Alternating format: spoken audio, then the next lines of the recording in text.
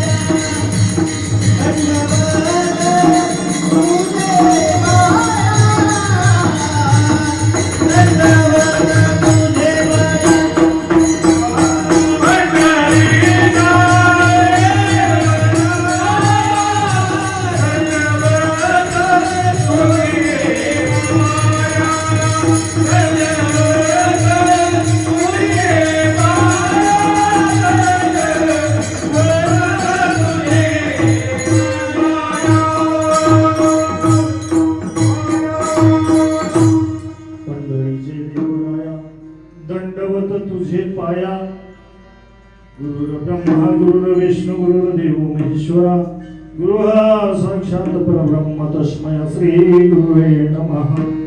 कर्पूर गौरम करुणावतारम संसार सारम भुजगेंद्रहरम सदा वसन्तं हृदयारविन्दे भवं भवामि सहितं नमामि। कर्पूर गौरम करुणावतारम संसार सारम भुजगेंद्रहरम सदा वसन्तं हृदयारविन्दे भवं भवामि सहितं नमामि। महायोगपीठे देवीमरुद्धं वरुणपुण्डरीकायधान्तु मुनीन्द्रं समागततिष्ठं दमानन्दकन्दं परब्रह्मलिङ्गं महिपालम् पाण्डुरङ्गाकरं तथा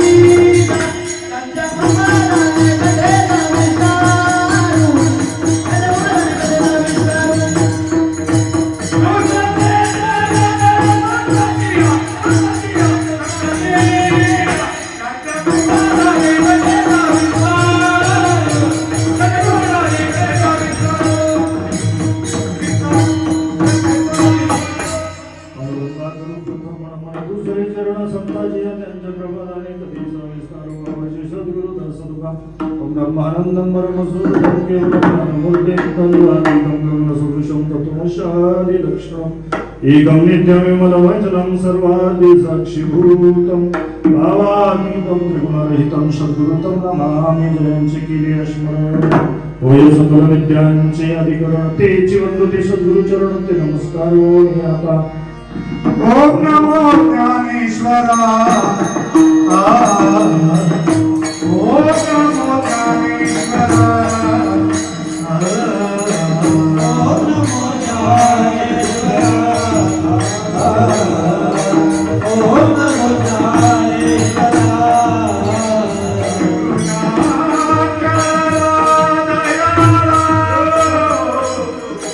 करुणा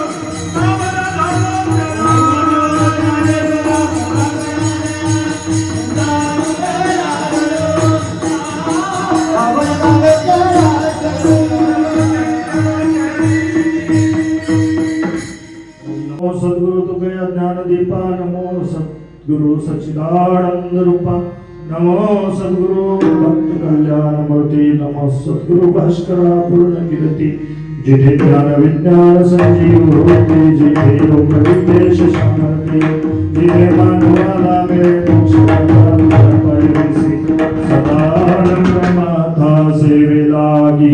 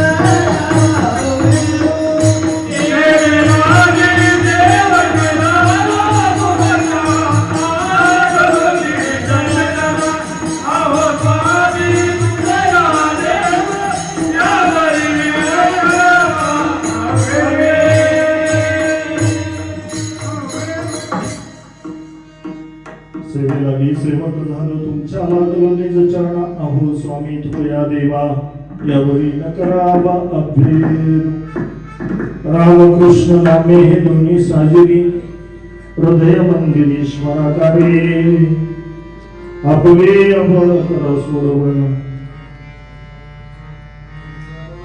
संसार बंधन तोडावेगे असते पाहता आपण कीर्तनाकडे जातोय. पुण्यस्मरणाचं कीर्तन आहे. आपण सर्वजण पवित्र अंतःकरणाने या ठिकाणी उपस्थित झाला. परंतु माझ्या उजव्या हाताला उभे राहिलेले माझे तरुण बांधव कुणीतरी त्यांना सांगितलं असावं महाराज जवळचा आहे, कीर्तनातून पळून जाण्याची शक्यता आहे म्हणून असे उभे राहिले. तर ते नसेल तर कोणाचं कोणी माझ्याकडे येणं असेल म्हणजे कीर्तन झालं की महाराजाला सोडायचा असं काही नसेल तर 12 वाजता ही सगळी मंडळी जेवायला बसतील. जेवायला लगेच वाढायचं नाहीये म्हणून सगळ्यांनी आतमध्ये येऊन बसा. कारण कीर्तनाची नियमावली अशी आहे, कीर्तनाचे काही कोड ऑफ द कंडक्ट असे आहे की खऱ्या अर्थानं ज्याने धर्ममंडपामध्ये येऊन बसून कीर्तन ऐकलं त्याचं अंतःकरण चित्त शुद्ध होतं आणि म्हणून कीर्तनाचं गणित आहे. हे कीर्तनाकडे आपण जात असताना ज्यांच्या पवित्र आणि पावन स्मृतींना उजाळा देतोय ते जगदाळे कुटुंबातील एक सोज्वळ पवित्र आणि शुद्ध चित्ताचा बाप म्हणतोय मी. शुद्ध अंतःकरणाचा बाप कैलासवासी तुकाराम आबासाहेब जगदाळे यांच्या प्रथम पुण्यस्मरणाच्या निमित्तानं प्रथम पुण्यस्मरणाच्या निमित्तानं आजचं हे कीर्तन रूपी सेवा आहे. जवळचा महाराज जरी असला तरी कीर्तन असतं आणि म्हणून कीर्तनाकडे पाहत असताना आज समाजाची दृष्टी बदलत चालली. त्याची कारण मीमांसा आपण पुढे जाऊन पाहणार आहोत. पवित्र पावन स्मृतींना उजाळा देण्याचं काम करतोय ते कैलासवासी तुकाराम आबासाहेब जगदाळे उर्फ बाप्पा. त्यांच्या कुटुंबातील त्यांच्या पाठीमागे असणाऱ्या श्रीमती पुष्पाबाई तुकाराम जगदाळे पाटील पत्नी आहेत. त्याचप्रमाणे श्री विजय तुकाराम जगदाळे मुलगा आहे. सौभाग्यवती सोनाली विक्रम महाजन मुलगी आहे. पल्लवी रवींद्र लंगे ही मुलगी आहे. त्याचप्रमाणे रुपाली विजय जगदाळे सुनबाई आहे. कुमार तन्मय विजय जगदाळे नातू आहे. कुमारी शरण्या विजय जगदाळे ही नात आहे. संपत विष्णू जगदाळे बाळकृष्ण विष्णू जगदाळे हे 2 चुलते आहेत. माणिकराव अंकुशराव आबासाहेब जगदाळे हे बंधू आहेत. त्याचप्रमाणे छबुबाई आणि रतनबाई या दोघीही भाऊजई आहेत. असा मोठा परिवार आहे. या परिवारामधून 1 वर्षापूर्वी गेलेला जीवात्मा आहे. आपण जाणं झालं लहानपणापासून सर्वांनी त्यांना पाहिलं. आयुष्यभर केलेलं काबाड कष्ट बाप म्हणून निभावलेली आपली कर्तव्य समाजाशी असणारी बांधिलकी आणि मोठ्या अंतःकरणानं असणारा भाव सहजतेनं तुमच्या आमच्या अंतःकरणाची भावना जाणत असताना आपल्या अंतःकरणामध्ये काय असावं काय असू नये. ऐका, हे कोड ऑफ द कंडक्ट नियमावली खऱ्या अर्थानं जी दिलेली आहे ती माणसासाठी आहे. कोणासाठी? माणसासाठी बनवलेली आहे. कारण पशु काय पाप पुण्य जाणीती तर उत्तम मध्यम भोग भोगीती. ऐका, पशूंसाठी मात्र ही नियमावली नाही. कुठं राहावं, काय खावं, कसं वागावं ही मनुष्याला नियमावली बनवली. ही आचारसंहिता पाळत असताना खऱ्या अर्थाने तुम्हा आम्हाला जाग करण्यासाठी, तुम्हा आम्हाला जागवण्यासाठी, नवे नवे तुम्हाला आम्हाला या दुःखातून भवसागरातून पार करण्याचा प्रयत्न आणि प्रयास करत असताना संत महात्म्यांनी केलेला प्रयत्न वाद आहे. आणि हा प्रयत्न करत असताना तुम्हा आम्हाला या पैल तीराला आणि पोहोचवण्याचं काम करणारे या जगामध्ये संत आहेत. त्या संतांची भूमिका अंतःकरणामध्ये धसलेली असताना तुम्ही आम्ही सहजतेनं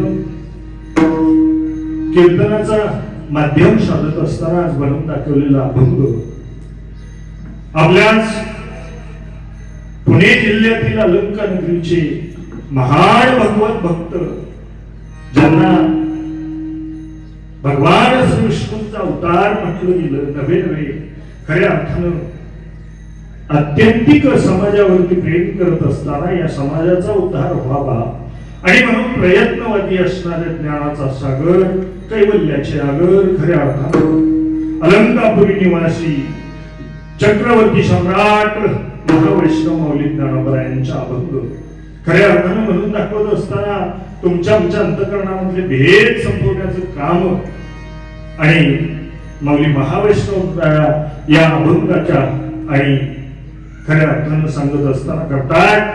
रामकृष्ण नामे ही दोन्ही साजिरी. ऐका, राम आणि कृष्ण यांच्यामध्ये भेद नाही. ही दोन नावं व्यक्तिशः भगवान परमात्म्याचं गुणाचं वर्णन करणारी ही नावं आहे. आणि म्हणून गुणवर्णन करत असताना ही दोन्हीही नावं साजरी आहेत. त्यांना कुठं स्मरायचं याचं चिंतन, याचा विचार मांडत असताना त्यांनी सांगितलं हृदय मंदिरी स्मराकारे. का? तुमच्या आमच्या हृदय मंदिरामध्ये त्यांना स्मरावं लागेल. त्या भगवान परमात्म्याला, राम आणि कृष्णाला जर तुम्ही अंतःकरणामध्ये स्मरण केलं तर काय होईल याचं गणित मांडत असताना ते म्हणतात रामकृष्ण नामे दोन्ही साजिरी हृदय मंदिरी स्मराकारे. मग त्यांनी काय करायचंय, कशासाठी स्मरण करायचंय? महाराज, आम्ही तर किती दिवसापासून स्मरण करतोय. त्यानं काय होईल म्हणजे आपण करा सोडवण. अरे तुमची सोडवण करायची असेल आपल्यालाच करावं लागेल. ती कुणी करू लागायला येणार नाही, सोडवणार नाही. आपली आपण करा सोडवण. संसार बंधन तोडावे. या संसार रूपी बंधन पटपट तोडायची आणि आपल्याला आपली सोडवण करून घ्यायची. एवढीच नाही तर ते स्वतः म्हणतात ज्या दिवशी निवृत्तीदारांनी मला मार्गदर्शन केलं, भगवंताचं नाम सांगितलं, त्या दिवसापासून माझ्या अंतःकरणामध्ये आणि चित्तामध्ये जर काही असेल तर ज्ञानदेव ध्यानी अखंड ध्यानामध्ये, माझ्या अखंड ध्यानामध्ये रामकृष्ण आणि त्या रामकृष्णाची माळा अखंड चित्तामध्ये माझ्या आहे. आणि म्हणून ही रामकृष्ण ध्यानी रामकृष्ण माळा आणि माझ्या हृदयस्थ जिव्हाळा जर कोणाचा असेल तर तो माझ्या श्रीगुरुरायांचा आहे. हे सगळं अंतःकरणामध्ये धरल्यानंतर एक रामकृष्ण माळा आणि दुसरा हृदयी सद्गुरूंचा जिव्हाळा, या दोन गोष्टी जर तुमच्या आमच्याकडे असतील तर मग आपली आपण करा सोडवण. संसार बंधन तोडावे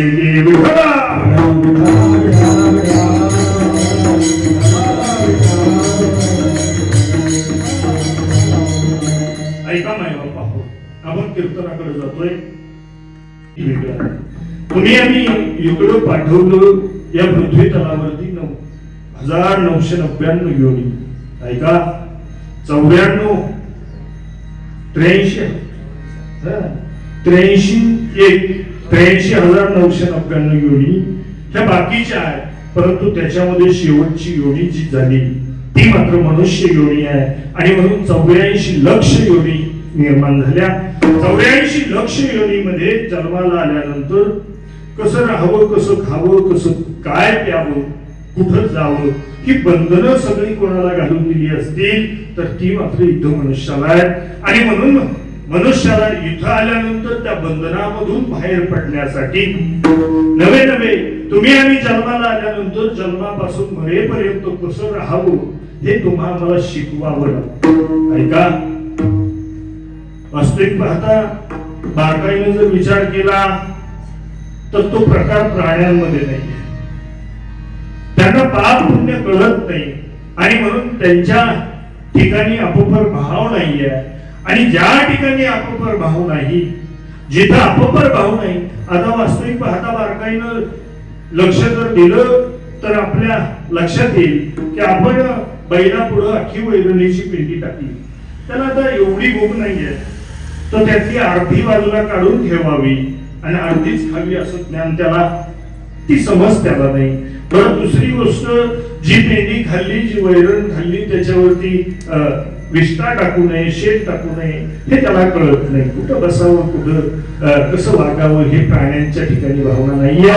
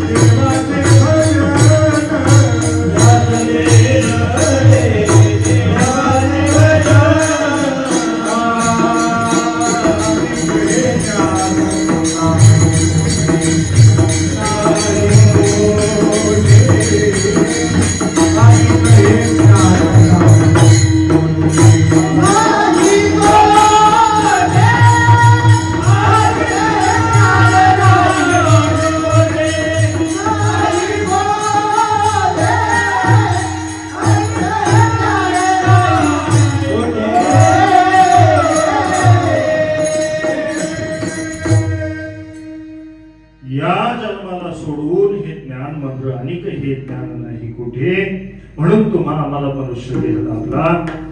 मोठं अंतकरण करून ऐका. खऱ्या अर्थानं भगवत भक्ती करत असताना तुम्ही आम्ही आज परमार्थ रूपी चिंतन करत असताना जीवात्मा गेला 1 वर्ष झालं आणि 1 वर्षानंतर पुण्यस्मरण अतिशय प्रेमानं, आदरानं या जन्माला आल्यानंतर इथं संसाराचं वाटोळं व्हावं असं कोणालाच वाटत नाही. पण काही मंडळी चुकीच्या दिशेला गेल्याशिवाय राहत नाही. आणि म्हणून अत्यंतिक प्रेमानं, अत्यंतिक अंतकरणपूर्वक श्राद्धानं केलेलं हे श्राद्ध आहे.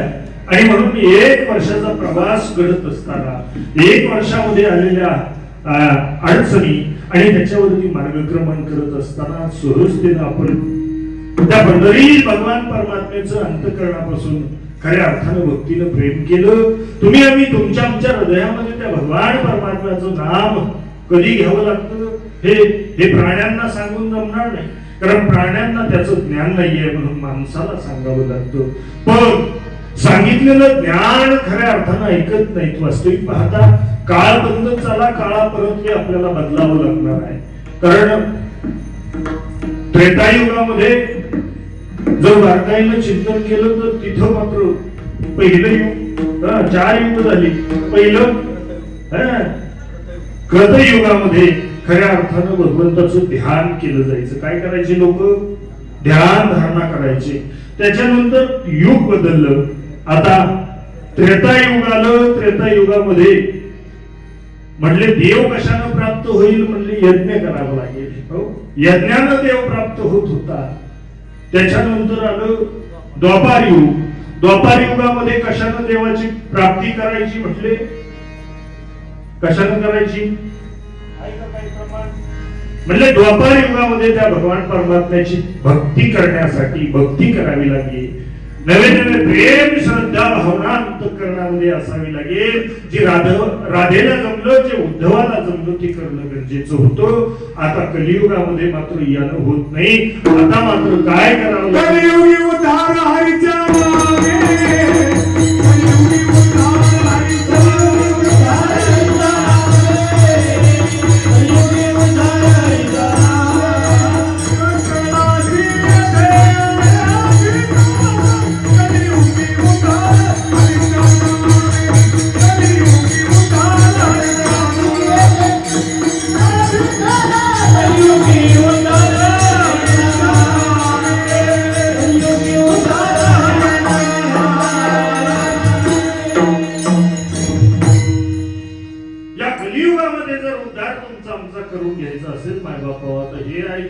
तुमचे कान पिटले. आता कवर ऐकावं म्हणले महाराज. कारण तात्या विषय असा आहे की एखादा भोग भोगत असताना एखादं चांगलं जेवण जो जेवलं की मग मात्र मिरची भाकर खाऊ वाटत नसते. पण किती वेळा मिरची भाकर खाल्ली, बऱ्याच वेळा. हो, दररोज पोळ्यांच्या पंक्ती असल्या तर जमलंच असं नाही. एखाद्या दिवशी चरचरीत म्हणले जरा बेसन आणि भाकरीचा बेत होते. आता कारण आम्ही वारीला जातो दररोज, लापशी भात म्हणजे येणे जमणार नाही. मला सांगायचंय की उच्च भोग भोगायला मिळाल्यानंतर, उच्च भोग भोगल्यानंतर जो निकृष्ट आहे, जो खालचा आहे, तो भोग भोगणं आता बरं वाटत नाही. आता ते भोग भोगत असताना आपल्याला चांगले चांगले कीर्तन ऐकले. म्हणले दयानंद महाराज काय शेजारच्या गावचे आहेत, त्यांचं कीर्तन. आणि म्हणून सहजतेनं आपल्याला चिंतन करायचंय की हे जरी साधं असलं तरी भगवंताचं नामस्मरण साधं नाही. कारण हा देहत्मा आम्हाला प्राप्त झाला कशामुळे? या कलियुगामध्ये नाम आणि चिंतन करावं लागेल. या कलियुगामध्ये उद्धार जर व्हायचा असेल तर ते हरीचं नाम आहे. त्या नामाचं भक्ती प्रेम गोड लगे माये, लगे माये, भक्ती प्रेम गोड लगे माये,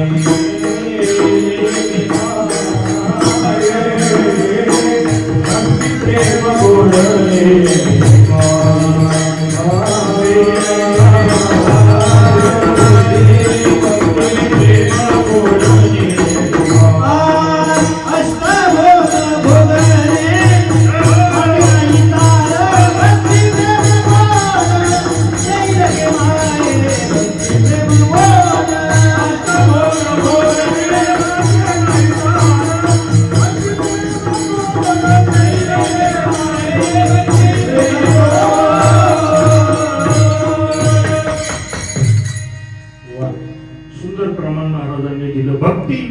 गोड लिहिले माये. कारण अष्टभोग भोगणे माती नाही चाड. या अष्टभोगांची चाड राहिली नाही. ते ज्ञानोत्तर स्थितीमध्ये गेल्यानंतर जो भगवत भक्त आणि भगवंताच्या नामस्मरणाने एकरूप होतो, आता मात्र देहाची स्थिती विसरून जातो. मग त्या स्थितीला हे सगळं आवडत नाही. इथं मात्र सांगितलं, आम्ही मात्र ज्ञानार्जन करण्याच्या पाठीमागे लागलो. मला आताच आमचे वर्गमित्र निलेश लोखंडे बोलले, म्हटले महाराज हे चांगलं चांगलं पाठ करण्याचा प्रयत्न केला तरी होत नाही. परंतु हे सगळं करून घेणारा भगवान परमात्मा एकाग्रता साध्य जोपर्यंत होत नाही तोपर्यंत कीर्तनकाराला सुद्धा पुढे चालता येत नाही. त्याच्याशी एकदा लिंक जुळाली की मग पुढचा प्रवास होतो. ऐका, सहजतेने तुमच्या आमच्या लक्षात येईल भगवान परमात्म्यानं तुम्हाला मला निर्माण करत असताना इथं पाठवलं कशासाठी? म्हणजे भक्तिप्रेम. नुसतं ज्ञान नको, भक्तिप्रेमाशिवाय. इथं मात्र भक्तिप्रेमाशिवाय आम्हाला काहीही नको. आणि त्या भगवंताचं नामस्मरण करायचंय. आता मात्र आमच्या अंतःकरणाचा भाव प्रगट झाला. इथं मात्र दुर्गम्य असणाऱ्या गोष्टींपैकी हा नरदेह तुमच्या आमच्या नरदेह निधान लागले हाती. तुमच्या आमच्या हातामध्ये नरदेह नावाचं निधान लागलं. या नरदेहानं, या देहानं तुम्हा आम्हाला सच्चिदानंद पदवीकडे जायचंय. सहजतेनं आम्हाला मुक्तीकडे जायचंय. आयुष्यभर कर्माचा लेखाजोखा मांडत असताना आम्ही आयुष्यभर काय कर्म करतो हे मात्र पाहणं गरजेचं आहे. कारण कलियुगामध्ये आता सहज सांगणं अवघड झालंय मायबाप, अवघड झालंय. कारण परिस्थिती बदलत चालली. काय करावं? प्रयत्न करूनही आपल्याला भक्तीपर्यंत पोहोचता येत नाही. इथं माझ्या समोर बसलेल्या मावल्यांपैकी कलियुग आलंय, त्याचं कारण असं सांगतो, ऐका. इथं नवीन 5 वर्षापूर्वी, म्हणजे आता पालीकडच्या काळात 5 वर्ष लग्न झालेल्या मुली किती आहेत? बोटवर करा, करा पटकन. आजीने केलं 5 वर्ष? नाही, कुणीच नाही. चांगली गोष्ट आहे. आमच्या इकडे असतात मुली ज्यांचं 5 वर्षापूर्वी लग्न झाले आहे का. त्या सगळ्या मुलींनी धडका धरलाय.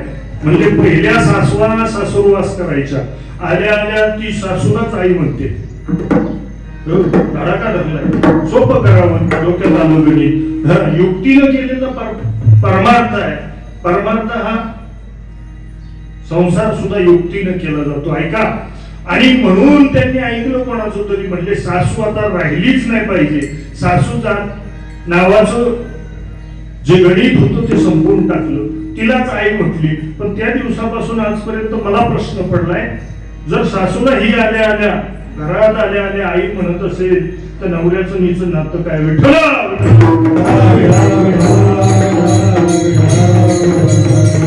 ऐका माय बापा, हो सहज केलं. आई म्हणणं चांगलं वाईट आहे असं माझं म्हणणं नाही, परंतु खऱ्या अर्थानं त्या नात्यासंबंधाला लागणारं गालबोट जर बारकाईनं पाहिलं, संस्कारांचा ऱ्हास होत चालला. वास्तविक पाहता काल एक पेपरला बातमी वाचली, आनंद झाला. पेपरची बातमी अशी होती की साडी कोणाला जमत नाही, पण ज्या ठिकाणी आपण जगन्नाथपुरीला जातो त्या भागातली एक मुलगी आहे, जिनं साडी घालून 54 किलोमीटरचा अंतर अवघ्या काही तासात पळा मॅरेथॉन मध्ये तिचंही नाव आलं. गिनीज बुकामध्ये नोंद झाली की साडी घालून पळणारी मुलगी. जीना तिचं आडनाव होतं. मला आनंद वाटतो की खऱ्या अर्थानं साडी घालून पळणारी मुलगी पण आहे. आपल्या महाराष्ट्रामध्ये अशी बातमी ऐकायला नवीन पाहिली. महाराजांनी मला सांगितली की ती काय पळाली, म्हणले महाराज तिची गिनीज बुक मध्ये नोंद केली, तिच्यापेक्षा नोंद तर हिची व्हायला पाहिजे होती, जिने 2 लहान लहान मुली बापाच्या इथं सोडल्या आणि परपुरुषाबरोबर मुलाला घेऊन 4 लाख घेऊन पळून गेली.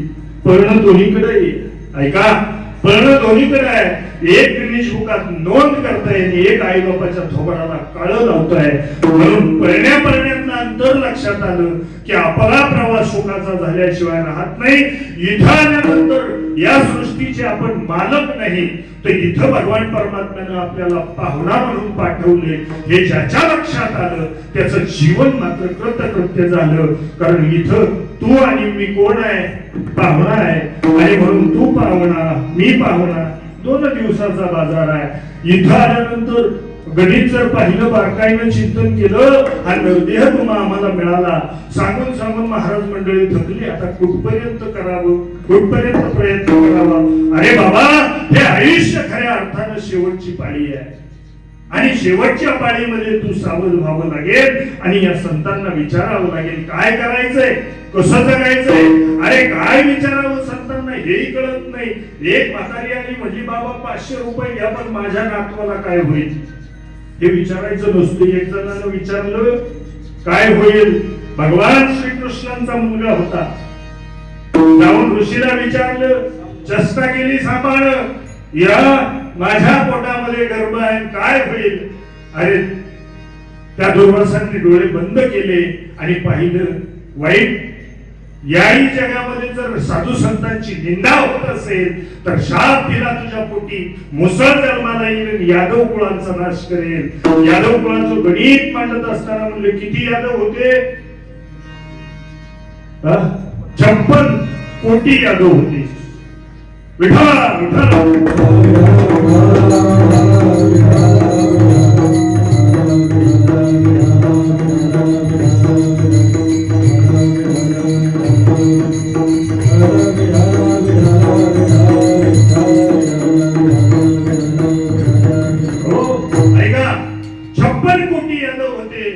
पण एकही यादव शिल्लक राहिला नाही का?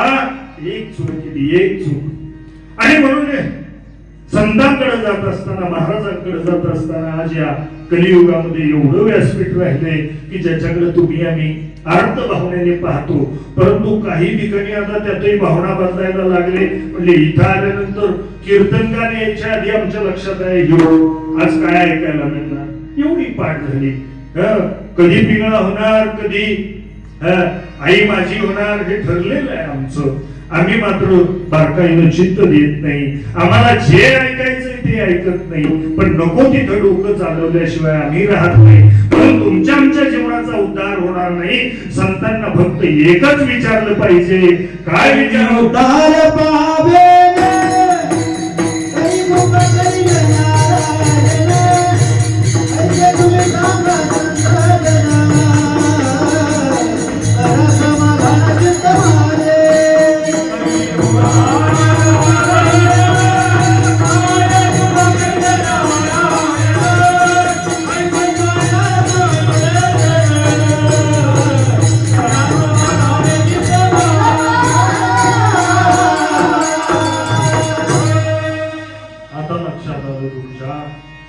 संतांना विचारावं, काय मी उद्धार पाविलो, काय कृपा करील नारायण. हा संसार करण्याच्या नादामध्ये आम्ही तोसलो विसरून गेलो. आम्हाला इतकं करमणूक, मनोरंजन, टाइमपास खऱ्या अर्थानं करावं. काय अरे कशामध्ये रमतील सांगता येत नाही. परवा दिवशी आमचे कीर्तनाला श्रीगोंदा भागामध्ये चाललो होतो. महाराज बाजूने एक गाडी चालली होती जिच्यामध्ये डीजे लावलेला होता. काय त्याच्या मनात आलं, काय त्याच्या मनात आलं, आणि त्यानं त्या डीजेला गाणं लावलं होतं, ढोलकीला बांधून तुझे पाय पाय पाय. आता हे काय काय काय अशी काही जरी केलं तरी सोडायचे नाही. कशाचं चाललंय, कशाशी काही संबंध नाही. ऐका, तुम्हा आम्हाला खऱ्या अर्थानं जर बारकाईनं पाहिलं तर हा नरदेह प्राप्त झाला. इथं मात्र प्रौढ तिडकीने संतांना कळवळ आला. संत तुमच्या आमच्यासाठी कळवळले. नवे नवे देहाचं दान देत असताना संतांनी स्वतःला संपवलं, पण तुम्ही सुधरावं म्हणून फक्त हे मात्र तुमच्या आमच्या लक्षात आलं नाही. कारण बुडते हे जन न देखवी डोळा, येतो कळवळा म्हणून या बाबा हो.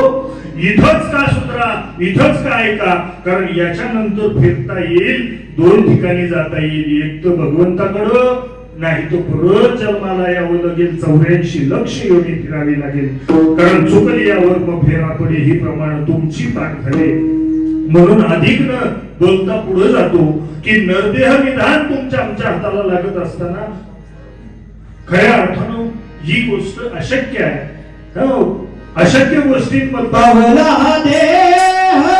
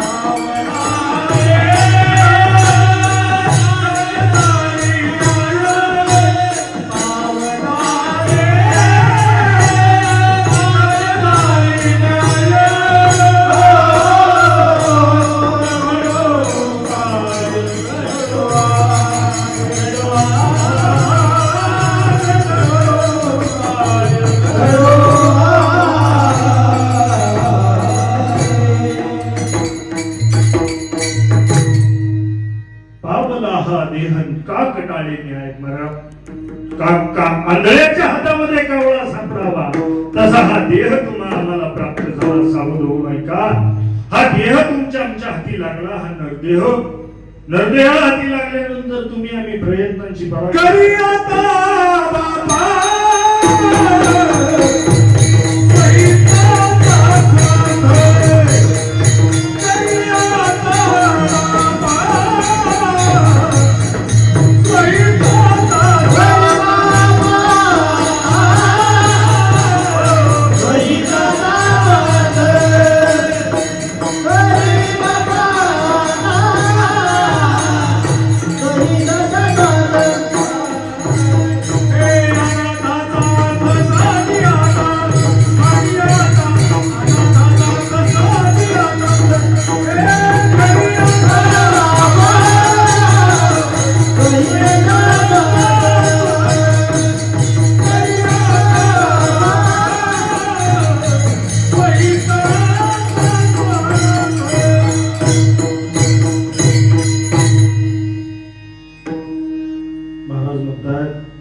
करी आता बापा स्वहिताचा संग.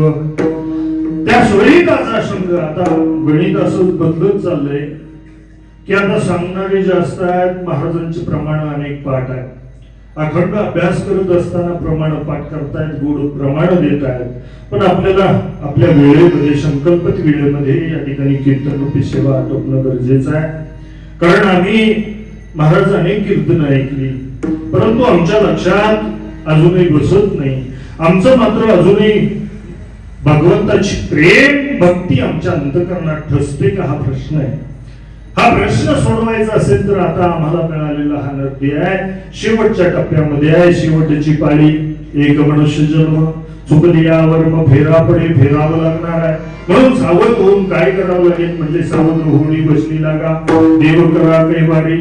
या ठिकाणी अशा पद्धतीचं भक्तीचा राजमार्ग तुम्हाला मला सांगितला. आम्ही पाठांतर केलं, पण त्या मार्गाने मात्र जाणं आम्हाला जमेल का, हा मात्र प्रश्न आहे. वर्ष झालं आज आपण जाऊन आम्ही मात्र भक्तीच्या गप्पा मारतोय, परमार्थाच्या चिंतनाकडे आम्ही जात नाही. बारकाईनं लक्ष द्या मायबापा, हो हा शेवटचा जन्म आहे. आता मात्र पुन्हा तुम्हाला विचारायला येणार नाही, सावध व्हावं लागेल. हे कीर्तन प्रवचन चालले कुठपर्यंत आहेत आणि जोपर्यंत आहे. स्वामी विवेकानंदांना एक जणाने प्रश्न विचारला, महाराज स्वामीजी नरेंद्र एक प्रश्नाचं उत्तर द्या की खऱ्या अर्थानं आनंदात दिवस घालवायचा कुठला, कोणत्या दिवशी आनंदाचा उत्सव साजरा करावा. त्यावेळी स्वामी विवेकानंदाने सहज त्या प्रश्नाचं उत्तर दिलं. आपल्याला प्रश्नच पडत नाही, उत्तर सापडले कुठून, आणि पडली प्रश्न तर नको ते प्रश्न. शेजारणीचं काय चाललं याचा प्रश्न आपल्या डोक्यात असू नये, पण तो घेतल्याशिवाय राहत नाही. आणि म्हणून असे प्रश्न पडत असताना स्वामीजींनी सांगावं, बाबा आयुष्याचा शेवटचा दिवस उद्या माझ्या आयुष्याचा शेवटचा दिवस आहे असं गृहीत धर. तुम्ही पण ऐका, स्वामीजींनी दिलेला प्रश्न असा आहे, उद्याचा आजचा शेवट आहे, उद्या मी संपणार आहे, म्हणून आजच्या दिवसामध्ये मी आनंद व्यक्त करावा, आजच्या दिवसामध्ये मी आनंदाचा जल्लोष करावा. पण हे मात्र जमत नाही, कारण अनेक जीव प्रपंच साधत असताना, प्रपंचासाठी अहोरात्र कष्ट करत असताना, वास्तविक पाहता आपण रात्रंदिवस पळतोय कशासाठी, ज्या संसारामध्ये जो संसार दुःखाचं मूळ आहे, ज्याचं मूळ दुःखाचं आहे, तो पूर्ण संसार दुःखाचा आहे. आणि त्या संसारामध्ये आम्ही शोधतोय त्याला सुख म्हणतोय. आम्ही संसारात काय शोधतोय, सुखासाठी करीशी तळमळ, तरी तू पंढरीशी जाय एक वेळ. आम्ही तिकडं जात नाही, वारी काढली म्हणले नाही आम्ही, तुम्ही या जाऊन, आम्ही इकडंच बरे, आम्हाला जमत नाही आहे का. पण ते सुख शोधण्यासाठी आम्ही संसारातून प्रयत्न करतोय. कसा प्रयत्न आहे सांगतो, विठ्ठला विठ्ठला.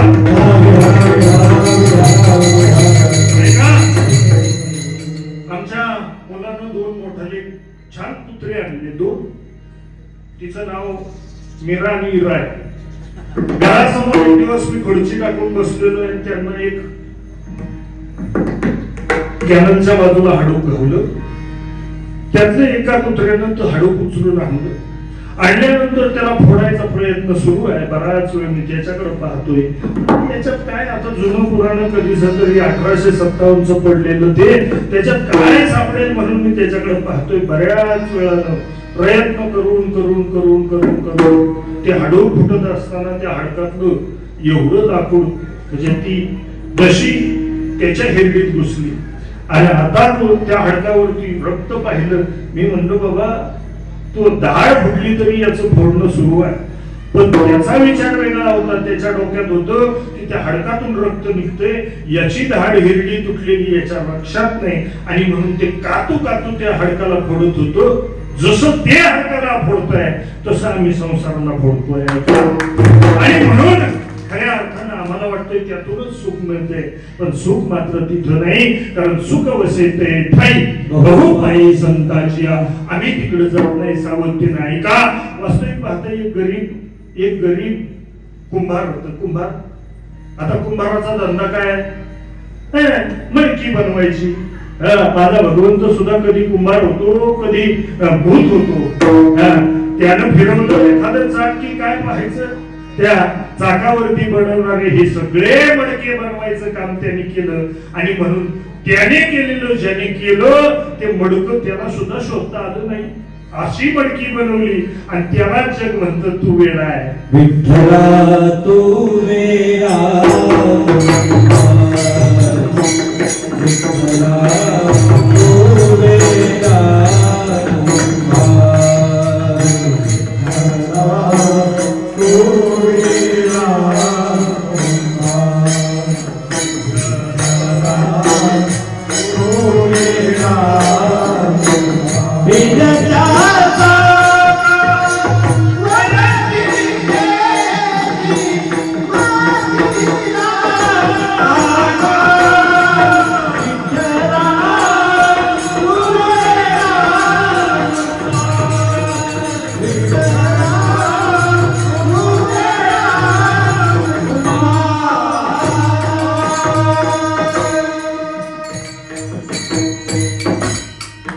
आपल्याकडे पाहिलं ह्या एकच जणाला आवडलं का?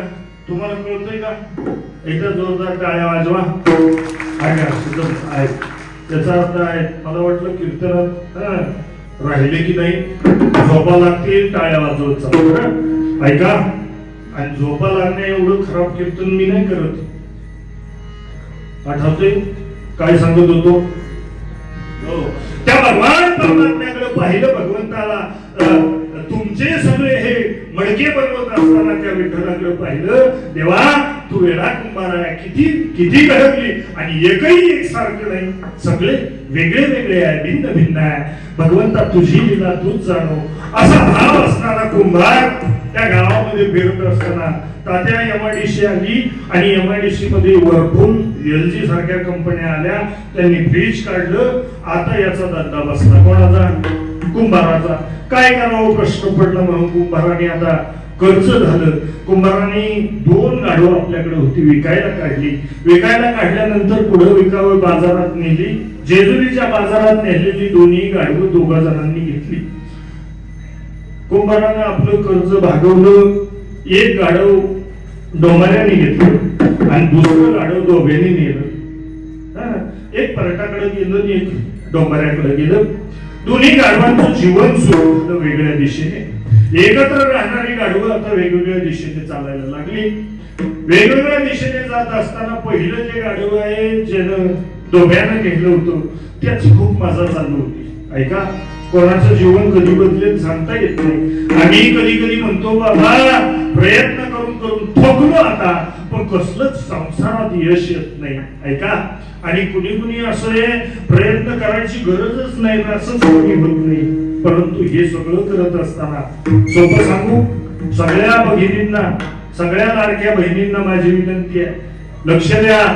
तिकडं गाडी आली की तिकडं लक्ष जातं पण कीर्तन सांगू सांगू कीर्तनकार मेले लक्ष देत नाही. तुमचं लाडक्या बहिणींना भावाने फसवलं ते बंद केलं. बंद केलं ते पाठवायचं 1.5-2 काय होत ते बंद केले. का माहितीये? त्याच्याही लक्षात आलं मिळालेलं सगळं स्वतःच गपागपा खातात. बाळकालाही देत नाही पोरांनाही देत नाही.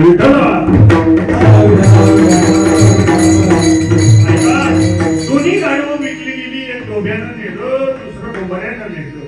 डोब्याच्या गाढवाला एकच काम सकाळी उठल्यानंतर अंगावरती ओझं घ्यायचं.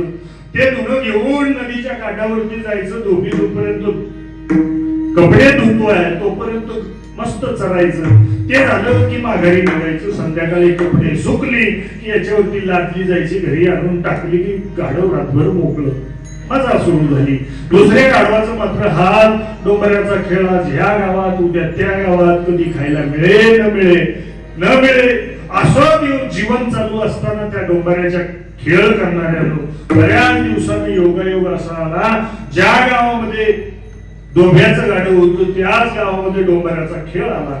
आज परत एकदा योगायोगानं दोघांची गाठ पडली नदीवरती. कोणाची? गाढवांची. एकत्र राहिल्यानंतर सहज गाठ पडली. गाठ पडल्यानंतर दोघं चहा प्यायला टपरीवर गेले. कोण? शक्यतो जाणार नाही पण जातात. एकत्र बसल्यानंतर याचा त्याचा विचार सुरू झाला. म्हणले कसे गेले दिवस? त्यातली त्यात म्हणले 15 दिवस जोरात गेले. कोणाचे? वारीला गेल्यानंतर 15 दिवस जोरात गेले. दोघंही एकत्र आले. त्यानं सांगितलं म्हणे मित्रा लय खराब झाला. म्हणले काय सांगावं. तिकडे गेलो आणि तिकडे गेल्यानंतर कष्ट पार पडलं. ऐका, अपार कष्ट पडलं. म्हणलं आता जीवाचं खरं नाही, आता शरीर रुष्ट झालंय, आता मात्र काय. म्हणजे माझं बरं आहे. सकाळी एकदा कपडे आणून टाकली, दिवसभर त्या दोघी बाबा त्याचं काम करतो. मला कष्ट पडत नाही, मी निवांत पडलेला असतो. दिवसभर चरायचं झोपायचं, दुसरं कामच नाही. याच्या पलीकडं आणि बरेच वारकरी तेच काम करतात वारीला. म्हणले जोरात झालं काय. अरे दिवसभर कधी भजन केलं नाही, कधी कीर्तन ऐकायला बसले नाही. असे जर वारकरी असले तर उपयोगाचे नाही. आणि म्हणून सहजतेनं आपण त्या कीर्तनाकडे गाढवांचा विचार चालला. दोघांमध्ये चर्चा चालली. ज्याला चांगलं मिळालं त्यानं सांगितलं बाबा काळजी करू नको, माझ्या बरोबर राहा. माझ्या मालकाला सांगतो तुला काय लागेल ते देतील, काळजी करू नको, चल माझ्या बरोबर. आपण दोघं मिळून काम करू, सुखात राहू. पण त्याला ते पटलं नाही. बऱ्याच वेळा सांगून सुद्धा ऐकत नाही. बऱ्याच जणांना म्हणतो आम्ही चला वारीला, पण तिकडं 300-400, इकडं मात्र गर्दी. जेवायला आधी, झोपायला मधी आणि भजनाला कधी. कीर्तनाच्या आधी जेवायला 1200 आणि कीर्तनाला माणसं मोजायला सापडत नाही. ऐका, मला सांगायचंय की भगवान परमात्म्यानं त्या ठिकाणी त्या दोघांमध्ये चर्चा सुरू आहे. सहजतेनं त्यानं सांगितलं अरे माझ्या मालकाला सांगतो तू चल माझ्या बरोबर. मला जमणार नाही. का म्हणले योगायोगानं जर आम्ही योगायोगानं जमणार नाही. मला किती त्रास देवते त्या मालकानं. खायला नाही दिलं तरी चालेल पण तू काही येत नाही. अरे खराब झाला मरशील. म्हणले मेला तरी चालेल पण त्याच मालकाला सोडणार नाही. म्हणजे याला म्हणतात निष्ठावंत. त्याला निष्ठावंत म्हणतात. पण म्हणे चहा पेता पेता प्रश्न विचारला, काहीतरी कारण असेल, काय झालं सांगशील का. म्हणले हो नक्की सांगेल. मी येणार नाही त्याचं कारण एकमेव असं आहे, त्या डोंबऱ्याची एक मुलगी आहे, 12 वर्षाची, तिचं नाव जना आहे. आणि तिला त्या दोरीवरती उड्या मारायला लावत असताना रोज सकाळी बाप सांगतो नीट नाचायचं, पैशाची कमाई झाल्यानंतर देवाला निम्मी द्यायची ना आपल्याला निम्मी आहे. हे करत असताना तू जर खाली पडली तर तुझं लग्न या गाढवाशी लावेल. ती कळल्या त्या नाही तर माझ्या बोटाकडे पाहताला गोळ कारण अलीकडे त्यांची लग्न होत, अनेक मुलांची लग्न होत नाही. आणि म्हणून तो प्रश्न आणि एवढ्यावरती म्हणे एक नाही दिवस ती खाली पडेल आणि ह्याचं लग्न झाल्याशिवाय राहणार. आणि या आशेवरती खऱ्या अर्थानं तो आयुष्यभर तिथं राहिला. सर्व सुखाची आशा जगले.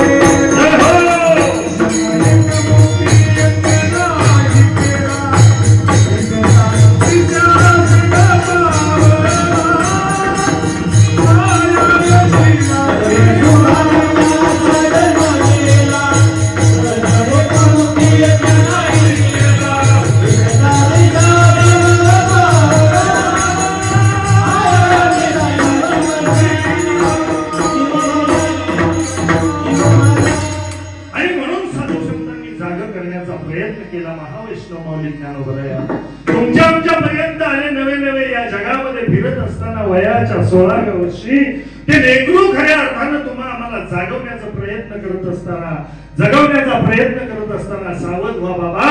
आणि जर तुम्हाला तुमच्या अंतःकरणामध्ये या जगाला जागा देऊ नका, कारण विरक्त भावामध्ये राहणारा जीव सहजतेनं बाजूला होतो. या जगाशी आपलं काही संबंध नाही. कारण आपण लहानपणी पडद्यावरती पिक्चर पाहायचो, त्या पडद्यावरती कधी कधी पूर यायचा, पाणी यायचं, पण पडदा ओला होत नव्हता. कधी कधी त्याला आग लागून जायची, पण कधी पेटलेलं आपल्याला पाहायला मिळालं नाही. सकाळी आहे तो तसा. कधीतरी त्याच्या राजवाड्याला आग लागावी, त्या पडद्यावरती पिक्चर मध्ये आम्ही मात्र धाय मोकळून रडावं. सकाळी लक्षात यावं तो पडदाही खोटा होता, तो पिक्चरही खोटा होता. माहेरची साडीतली बहीण खोटी, भाऊ खोटा. इथं मात्र माऊली ज्ञानोबरायांनी सांगितलं कवनाचे मायबाप कवनाचे गणगोत मृगजलावृत जाईल रया. म्हणून तुम्ही सावध व्हा. तुम्हाला सावध करण्यासाठी माऊली ज्ञानोबा प्रयत्नशील आहे. सहजतेनं सांगावं. तुम्ही आम्ही सावध होऊन खऱ्या अर्थानं तुमच्या आमच्या अंतःकरणामध्ये भाव, प्रेम आणि भक्ती निर्माण व्हावी, याच्यासाठी कोणाची नावं घ्यावी असा प्रश्न निर्माण जर तुमच्या आमच्या अंतःकरणाला झाला तर माऊली ज्ञानोबराय म्हणतात दुसरी तिसरी कोणाचं घेत बसू नका. का आम्हाला नाव घे म्हटलं की आम्ही बरंच लांब एक परवा दिवशी इन्स्टाला एका बाईचं पाऊण तास नाव ऐकत होतो. माझ घर काय काय कीर्तनकारांनी धडाका धरला म्हणजे आता नाव घ्यायचं कोणाचं घ्यायचं, कोणाचं घेऊ म्हणून तासभर जातात. परंतु या सगळ्या नावांपेक्षा महत्वाचं नाव आहे, दोन नावं महत्वाची अभंगाच्या पहिल्या चरणामध्ये रामकृष्ण नामी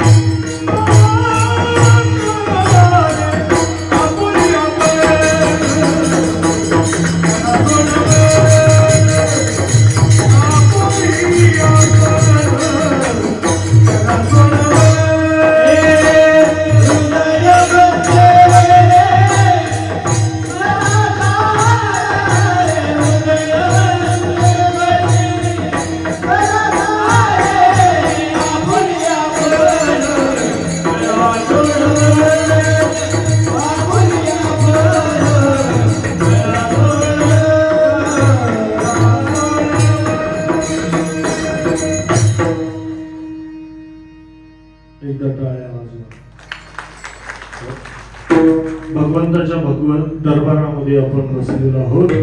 आयुष्यभर खऱ्या अर्थानं कर्म करत असताना अनेक जणांचे उदाहरण माझ्याकडे आहेत. परंतु आज माऊली महावैष्णव ज्ञानोबराय म्हणतात रामकृष्ण नामे हे दोन्ही साजेरे हृदय मंदिरी स्मराकारे. आयुष्यभर खऱ्या अर्थानं या भगवंताच्या दोन नामांचं स्मरण हृदयाचं आधी मंदिर व्हावं लागेल. ऐका, तसं घेता येणार नाही. आपलं हृदय नाही. या मंडळींना गाळा दिला, भगवंताने गोड गातायत, तुम्हाला बरं वाटतंय. ऐका, आम्हाला मात्र नरड दिलं. ती माळ आणली गळ्यात घालायला, ती वसनात आल्या, 3 वेढे म्हणजे होतील म्हणून दिलेली माळ, एवढं मोठं नरड आहे. आणि म्हणून गोड गळा भगवान परमात्म्यांनी यांना दिला. आपण कीर्तनाकडे चाललोय. हृदयाचं मंदिर करायचं असेल तर आपल्याला काय करावं लागेल ही गोष्ट लक्षात घ्या. या हृदयाला मंदिर बनवण्यासाठी वास्तविक पाहता हे सूत्र तुम्हाला सांगून कंटाळा आला की बाबा तुम्हाला पुण्यवान व्हायचं असेल तर पुण्यवंत व्हावे, घेता सज्जनाची नावे. नाही पुण्य जर कमवता आलं तर मग तुम्हाला एक ना एक दिवस हे उचलल्याशिवाय राहणार नाही. यमाचे यमदंड वैसतील माथा, तेथे तुझं सोडविता कोण आहे. आणि म्हणून त्याचा पाहुणा होऊ नका. पाहुणा व्हायचा असेल तर हरीचा व्हा. त्याच्यासाठी सूत्र वेगळं आहे, हे मात्र आपण समजून घेतलं पाहिजे. ऐका, तुमच्या आमच्या पूर्वजांना वैकुंठाला पाठवायचं असेल तर वेगळं काही करावं लागत नाही. सोपं गणित आहे. ज्ञानेश्वर महाराज म्हणतात रोज जे हरिपाठ गातात ऐकतात त्यांना सहज लक्षात येईल की ज्ञानदेवा सांग हरिपाठ. काय म्हणतात, वैकुंठ मार्ग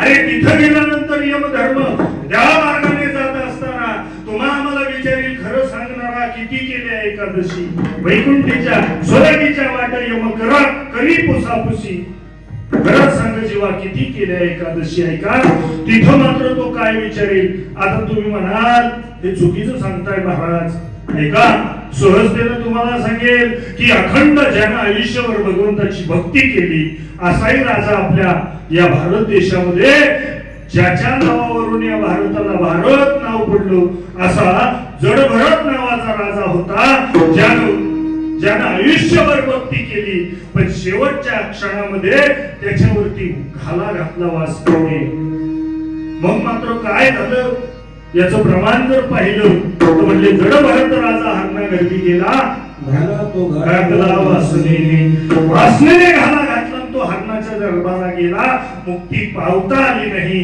मुक्ती प्राप्त करता आली नाही मोक्षापर्यंत पोहोचला नाही मग मात्र म्हणजे कुणी आयुष्यभर भक्ती केली आणि ज्याने आयुष्यभर भगवंताशी वैर केलं असा असणारा प्रल्हादाचा बाप शेवटच्या क्षणी अरे तुझा कुठलाही भगवंत असू दे त्याला बाहेर काढ म्हणणारा आणि मग मात्र खांबाला लाल दुर्जनानं मारली आणि त्याच्यातून स्तंभी नारायण प्रकट झाला त्यानं मात्र त्याला मोक्षाकडे नेलं हे लक्षात घ्यावं लागेल एवढंच काय म्हणले एक तास उरला खटवांगरायाची भाग्य दशा कैसी प्राप्त झाले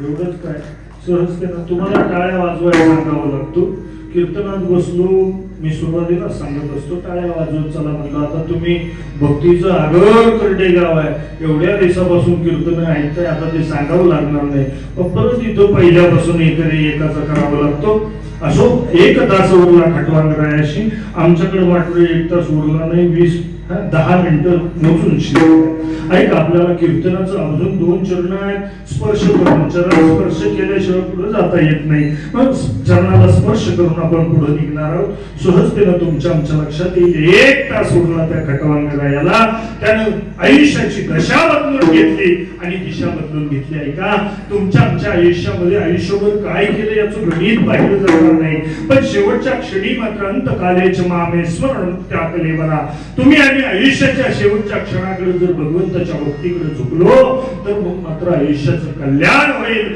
आणि तिथं मात्र आमचं चित्त शुद्ध झालं चित्त शुद्ध असावं लागेल ऐका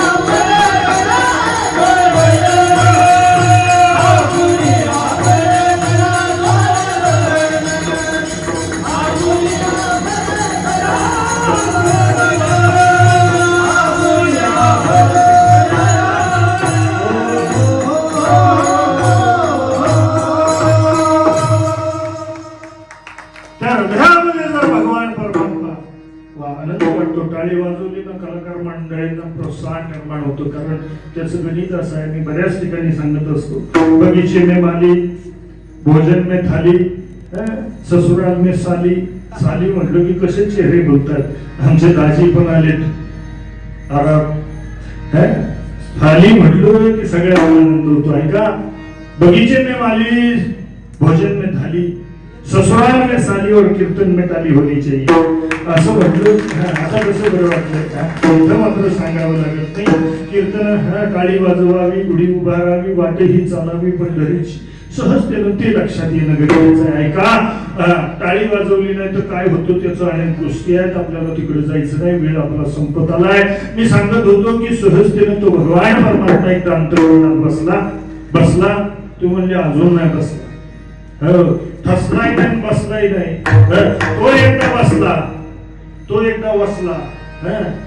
त्या अंतःकरणामध्ये तो भगवान परमात्मा एकदा बसला की मग मात्र हा संसाराचा संभ्रम नवे हा संसार बंधन वेगानं तोडलं जातं. त्याचं कारण असं आहे की आपली आपण सोडवण करायची असेल तर हे विश्व ज्या भगवान परमात्म्यानं प्रसवलं तो माझा आहे. त्या भगवान परमात्मा माझ्या हृदयस्थ आहे आणि तो भगवान परमात्मा हे स्वरूप तुमच्या आमच्या लक्षात येतं. हे लक्षात आल्यानंतर तो तुमचं आमचं बंधन तोडून टाकतो, आपल्याला मोकळं करतो. म्हणजे इथंच करतो. अरे गोकुळात सुद्धा केलं प्रमाण आहे, त्याच्यावरती आपल्याला वेळ घालवायचा नाही. म्हणजे उचललेला कमळापती सगळे बंधन घालतील, फक्त त्याला उचलता आला पाहिजे. महाराज मोठाही कुणी नसतो, छोटाही कुणी नसतो. अरे काल्याला ज्यानं आध्यात्मिक चिंतन मांडण्याचा प्रयत्न केला आणि ज्याच्या जीवनामध्ये काला स्वतः झाला, दुसऱ्याचे काले करणारे सोडा, स्वतःचा काला आधी व्हावा लागेल, तोपर्यंत जीवनात काला होत नाही. बाकी कालवा कालव झाल्याशिवाय राहत नाही. म्हणजे यालाच काय सांगायचं, त्यालाच काय सांगायचं, अरे कोणालाही सांगा. परंतु हा धर्माचा जो सिद्धांत आहे, हा जो धर्म आहे, तो टिकवण्याचा आम्ही प्रयत्न आणि प्रयास केला पाहिजे. म्हणून मोठं अंतःकरण पाहिजे. मग मात्र संतांचं अंतःकरण मोठं आहे. त्यांनी सांगावं, यारे यारे लहान करून याती भरती ना, नवे खटनट यावे, शुद्ध होणे जावे. सहजतेनं सगळ्यांनी शुद्ध व्हावं. मग मात्र त्याच्या ठिकाणी अमुकवर भाव राहत नाही. तो संत आहे आणि त्या संतांनी दाखवून दिलेला राजमार्ग एक आहे की तुम्ही फक्त त्याचं नाम अंतःकरणामध्ये आणि अंतःकरणापासून घ्या. तो मात्र तुमचं सर्वस्व संपवल्याशिवाय भवसागर सुखाचा नवे हा भवसागर तारून येईल. यहलोक सुखाचा करील आणि परलोक सुद्धा सुखाचा करील. या शब्दावरती विश्वास असेल तर त्याचं भजन करा. सर्वांनी हात वरती करा आणि मोठ्या प्रेमानं एकदा हे कोणासाठी भजन करायचंय लक्ष द्या. पकवाद्याने हात वर केला तर वाजवणार कोण? तुम्ही वाजवत राहा. आणि कशासाठी भजन करायचंय? जीवनामध्ये जन्मामध्ये तुम्ही आम्ही केलेलं कर्म हे भगवंत हात वर केले की त्याच्या लक्षात येतं. जिने दोन्ही हात सोडून पाहिले त्याच्या त्या द्रौपदीसाठी साड्या पुरवण्यासाठी भगवान परमात्मा स्वतः आलता. तुम्हाला मला जर वाटत असेल उद्धार व्हावा तर हात वर करा, नसल वाटत तर हरकत नाही, एकदा भजन करा.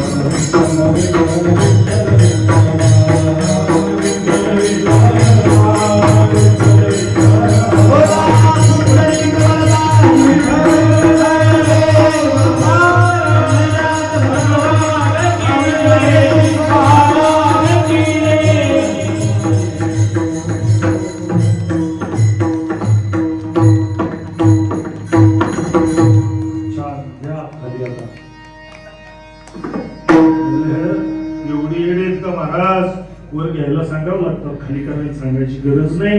ते आपोआप जातात. बरं ऐका, तसंच आहे. वर जायला सांगावं लागतं, खाली आपोआप येतात. जीवन जगताना माणसून चांगलं सांगावं लागतं. म्हणून कीर्तन आहे. वाईटाकडे माणसांना सांगावं लागत नाही. काय करावं?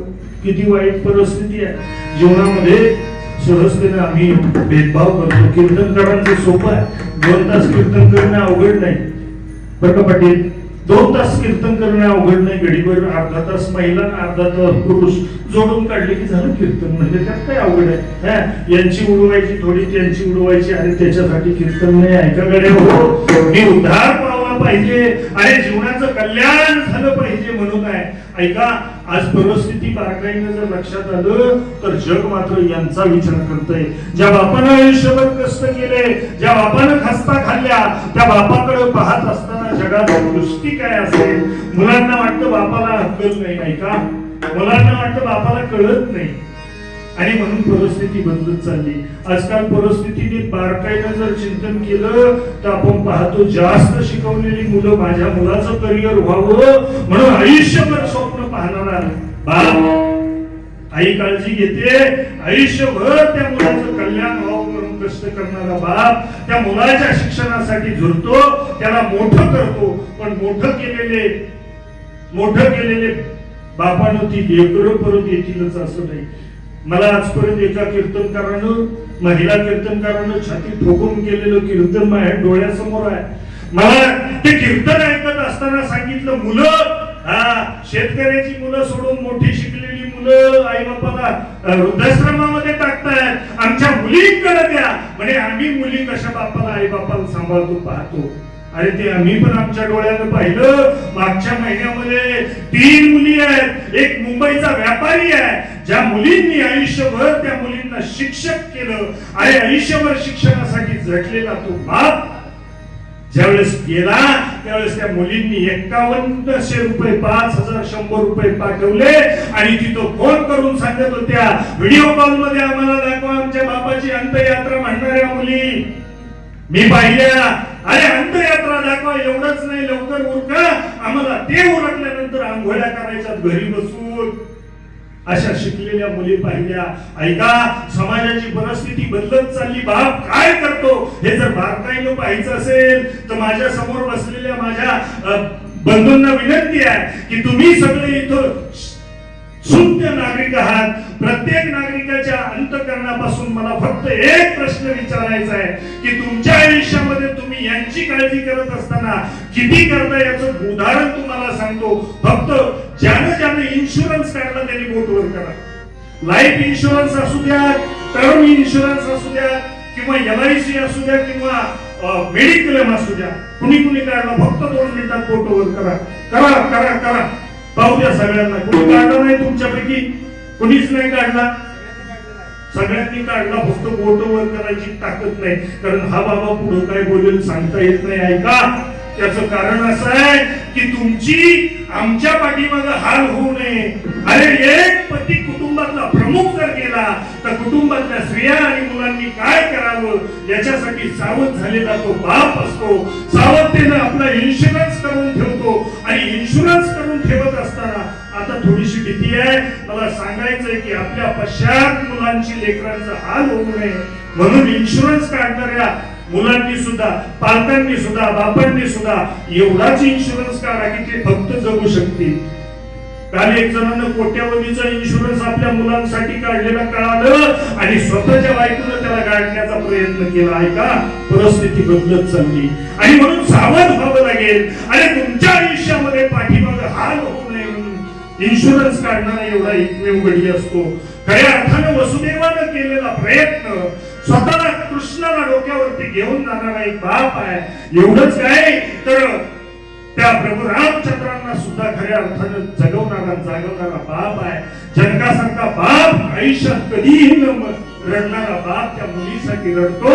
याचं गणित जर काही असेल, आयुष्यभर बापानं काय केलं हे पाहू नका, तुमच्या आमच्यासाठी जगलेला. काल परवा दिवशी एका मित्राच्या वडिलांच्या अंत्यविधीसाठी पोहोचलो. त्याला सांगितलं, अरे शेवटची अंघोळ घाल, तोपर्यंत तू अंघोळ घालत नाही त्याला मात्र, वडिलांना मात्र सद्गती प्राप्त होत नाही. आता मात्र त्या लेकराच्या 53 वर्षाचा असणारा बाप गेला आणि 35 वर्षाचं ते लेकरू आता डोळ्यामध्ये पाणी आहे. आणि त्याने पाणी घालताना आता उशीर झाला ही भावना अंतःकरणामध्ये आहे. त्याने सांगितलं, आयुष्यभर त्या बापाला मी सहजतेने म्हणायचो, बाबा मी एवढा मोठा झालो, मी कमवत नाही, तुम्हाला वाईट वाटत नाही का? बाप म्हणला नाही रे, तुला सांभाळण्यासाठी तुझा बाप अजून जिवंत आहे. मी जोपर्यंत जिवंत आहे तोपर्यंत तुला भीती नाही कमवलंच तरी चालशील, परंतु फक्त संस्कार लागताना, संगत धरताना मात्र चांगल्याची धर्म घ्या. कारण जर तुला नको त्या नशेच्या आहारी गेला तर तुझं आयुष्य सगळी जगाशिवाय राहणार नाही, असा सांगणारा बाप बाबा माझ्या जीवनातला आज गेला.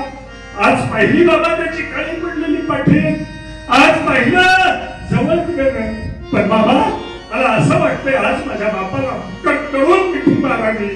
जिवंत असताना जे अधूर राहिलेलं स्वप्न राहिलं आता ते पूर्णत्वाकडे जाणार नाही याची जाणीव मात्र त्याला त्या दिवशी झाली. आणि मग अधूर राहिलेलं स्वप्न आता कधीच पूर्ण होणार नाही हे लक्षात आलं. माई बापानं ऐका, अजून जीवन जगत असताना सहजतेनं सांगून गेला. माझ्या बापानं मला आयुष्यभर जगताना सांगितलं, आयुष्यभर जगत असताना कसं जगावं याचे धडे बापाने दिले. अलीकडचे बाप मुलांना मोठं करण्यासाठी संस्कारांचं गणित राहिलं नाही तर भयान परिस्थिती आहे. मायबापावर चांगलं लक्ष द्या. आपल्या मुलांना घेऊन कधीतरी कीर्तनात जात जा, सत्याच्या असू द्या. त्या कीर्तनामध्ये गेल्यानंतर त्या बाबानं सांगितलेली एखादी गोष्ट समजली तर समजली.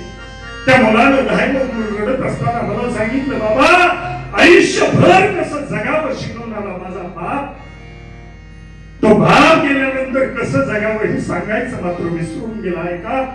विठ्ठलपंतांसारखा देहांत प्रायचित्त घेणारा बाप या महाराष्ट्रामध्ये जन्माला येतो, आपल्या लेकरांसाठी जगतो आणि लेकरांसाठीच मरतो, असा असणारा बाप आज या कुटुंबातून निघून गेला.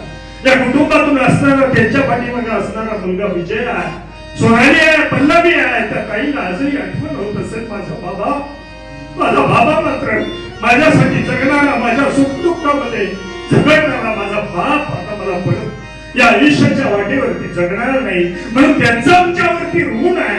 त्या ऋणातून उतराई होण्यासाठी आम्ही काही करू शकत असेल तर ते त्यांच्यासाठी अन्नदान, त्यांच्यासाठी ज्ञानदान, त्यांच्यासाठी वस्त्रदान, अलंकार दान, जे काही करावं लागेल ते करण्याचा प्रयत्न आणि प्रयास आम्ही त्यांच्या पाठीमागे करणार आहोत. आणि म्हणून हे सगळं करत असताना आमच्या मात्र अंतःकरणाचा ठाव ठिकाणा मात्र समजत नाही आहे का?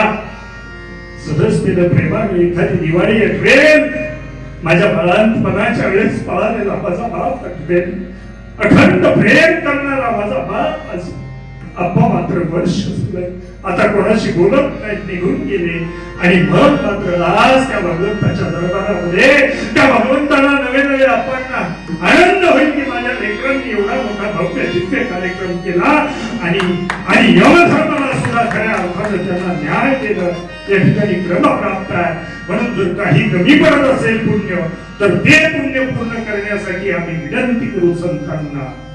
ज्ञानेश्वर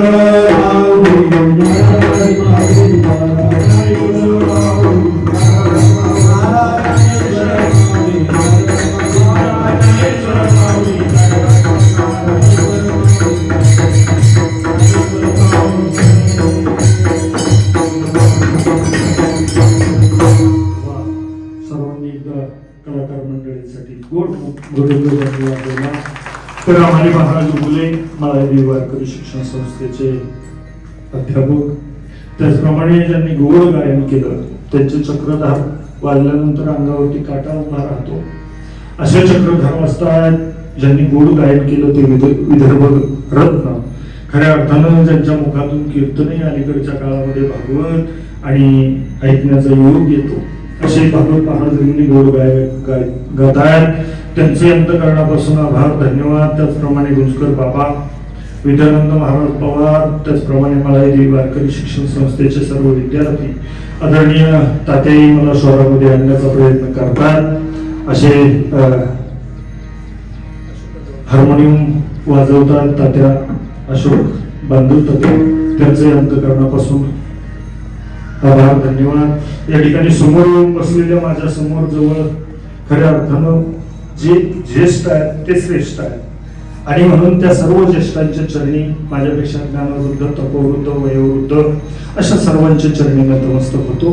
वास्तविक पाहता कीर्तन सेवा आणि खऱ्या अर्थानं करत असताना बऱ्याच दिवसांनी योगायोग तुमच्या दर्शनाचा आला. आणि मध्यंतरीच तात्यांचा माझा विषय झाला म्हणजे महाराज जरा दाट पेरणी होती म्हणजे थोडी पातळ करू विरळ झालं की आठवण येते जो कोणी अंतकरणामध्ये सहजतेने कायम सातत्यानं ऐकायचं सवय लागली की मग मात्र कंटाळा येतो कधीतरी असलं की आनंद वाटतो म्हणून बऱ्याच दिवसांनी तुमच्या दर्शनाचा योग आला खऱ्या अर्थानं तुम्ही सर्वजण मंडळी वेळात वेळ काढून वास्तविक पाहता सगळे हुशार झाले अलीकडच्या काळामध्ये मी बोलून जातो की आणि स्पष्ट बोलणं ही संतांची भूमिका आहे माझं काही नाही की खऱ्या अर्थाने इथं कीर्तनाला सप्त्यात येत नव्हते म्हणून 10व्यात आम्हाला यावं लागलं प्रवचन सांगायला आणि इथंही म्हटले बरोबर 12ला कीर्तन संपलं की आपलं टायमाला पोहोचू म्हणजे फुलं टाकतात 12 वाजता मग महाराजही म्हणले 11 वाजता चालू करू म्हणजे 1 वाजेपर्यंत बसतील सगळे तुम्ही लेट झाले की आम्ही लेट करणार आणि आम्ही लेट झालो की सगळ्यांनाच लेट होणार म्हणून लवकर येत चला माझ्या येण्याच्या कीर्तनाला उशिरा आले तरी हरकत नाही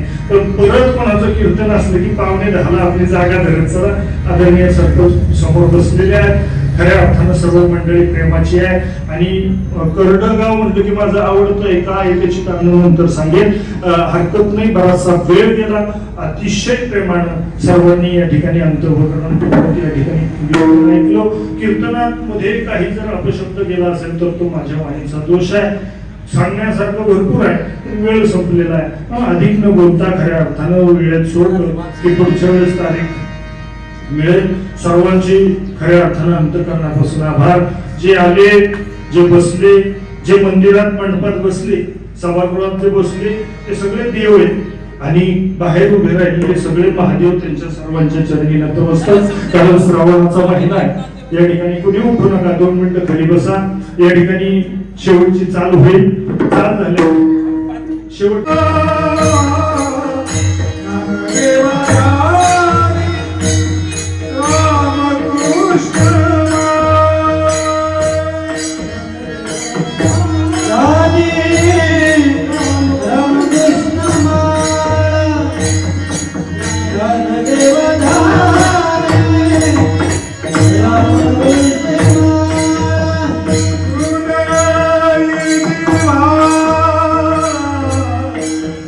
श्री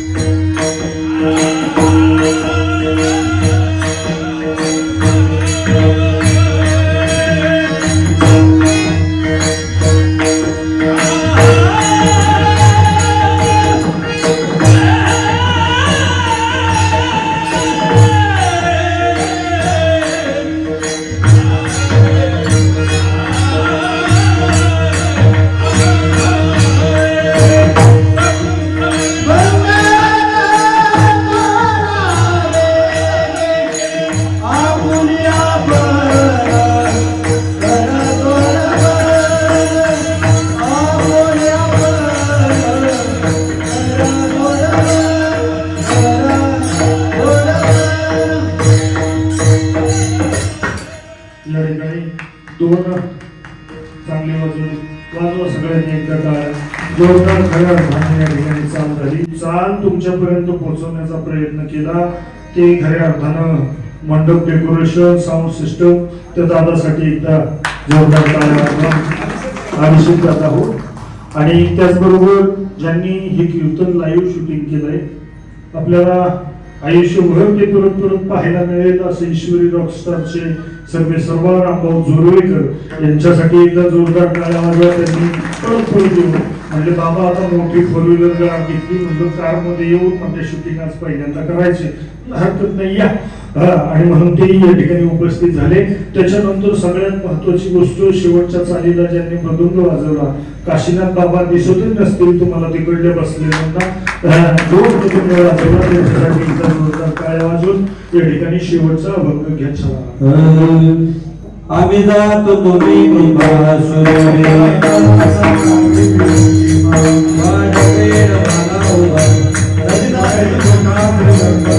चला मुलींनी समोर या.